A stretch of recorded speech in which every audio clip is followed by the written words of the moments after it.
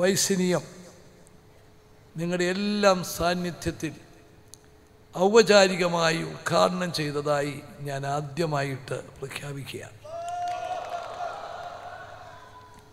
ഈ സ്ഥാപനത്തിൻ്റെ വളർച്ച അത് അത്ഭുതകരമായ വളർച്ചയാണ്. നല്ല ലക്ഷ്യത്തോടു കൂടി തുടങ്ങിയാൽ, മനസ്സ് നന്നായാൽ, ലക്ഷ്യം നന്നായാൽ ഒരു സ്ഥാപനം എങ്ങനെ വളരും, എങ്ങനെ ഉയരും, എവിടെ എത്തും എന്നതിൻ്റെ ഒരു വളരെ പ്രകടമായ ഉദാഹരണമാണ് മഅദിൻ അക്കാദമി. ചെറിയ തോതിൽ തുടങ്ങി 118 കുട്ടികളുമായി വെറും 7 സെൻറ്റ് ഭൂമിയിൽ ഇന്നത് പ്രൈമറി തലം മുതൽ ഗവേഷണം വരെ 18,500-ലധികം കുട്ടികളുമായി എല്ലാ തലങ്ങളിലേക്കും വ്യാപിച്ച് ഇത് നന്മയുടെ, ഇത് പുരോഗതിയുടെ എല്ലാം ലക്ഷ്യമായി മാറിയിരിക്കുന്നുവെന്ന് കാണുന്നതിൽ എനിക്ക് വളരെയധികം സന്തോഷമുണ്ട്. ഈ പ്രവർത്തനങ്ങൾക്കെല്ലാം നേതൃത്വം നൽകുന്ന ഞാൻ ഖലീൽ ബുഖാരി തങ്ങളെ പ്രത്യേകമായിട്ട് അഭിനന്ദിക്കുകയാണ്. അദ്ദേഹത്തിൻ്റെ ആത്മാർത്ഥതയും അദ്ദേഹത്തിൻ്റെ ആ ജനങ്ങളോടുള്ള കമ്മിറ്റ്മെൻറ്റുമാണ്.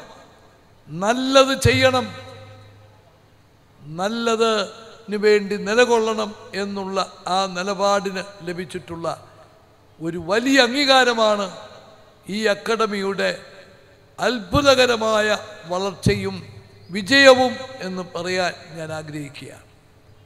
അന്ധരും ബധിരരും മൂകരുമാകുന്ന സമൂഹത്തിൽ അവഗണിക്കപ്പെട്ടിരുന്ന ഭിന്നശേഷിയുള്ള ധാരാളം മക്കളെ വളർത്തിയെടുക്കാനും മുഖ്യധാരയിലെത്തിക്കാനും തിരുവനന്തപുരം ടെക്നോ പാർക്കിൽ ജോലി ചെയ്യുന്നൊരവസ്ഥയിലേക്ക് വരെ എത്തിക്കാൻ കഴിഞ്ഞു എന്നതാണ് ഈ സ്ഥാപനത്തിൻ്റെ ഏറ്റവും വലിയ പ്രത്യേകതകളിലൊന്ന്.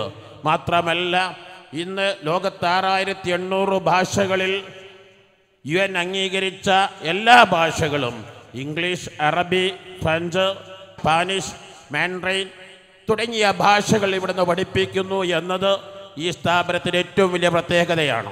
എല്ലാ വർഷവും റമദാൻ 27-ാം രാവ് ലോകത്ത് മക്ക മദീന കഴിഞ്ഞാൽ ഏറ്റവും ജനലക്ഷങ്ങൾ ഒരുമിച്ച് കൂടുന്ന രാവിൽ ഞങ്ങൾ നടത്തുന്ന പ്രധാന പ്രാർത്ഥന, പ്രതിജ്ഞ തീവ്രവാദത്തിനെതിരെ.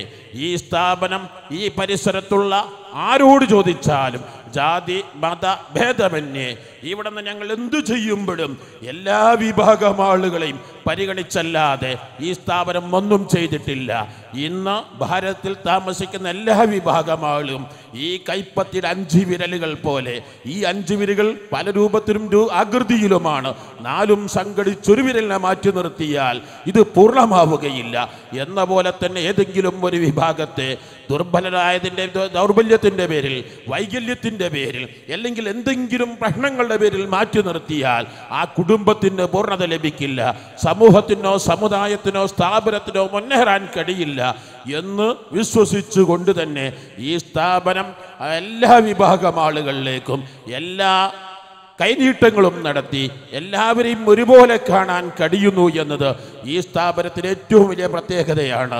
ഈ 20ാം വാർഷികത്തോടനുബന്ധിച്ച് 20 കർമ്മയിന പദ്ധതികളാണ് ഞങ്ങൾ ഉദ്ദേശിക്കുന്നത്.